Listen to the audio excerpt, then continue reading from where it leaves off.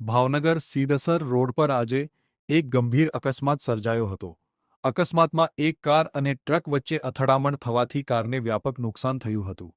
એક વ્યક્તિને ઈજાગ્રસ્ત થઈ ગઈ હતી।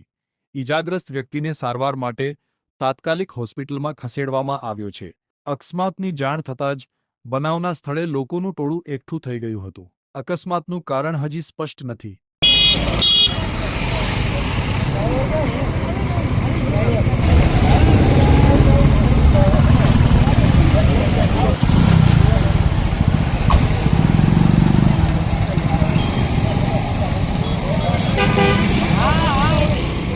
ના ના ત્યાંથી તમે છે ને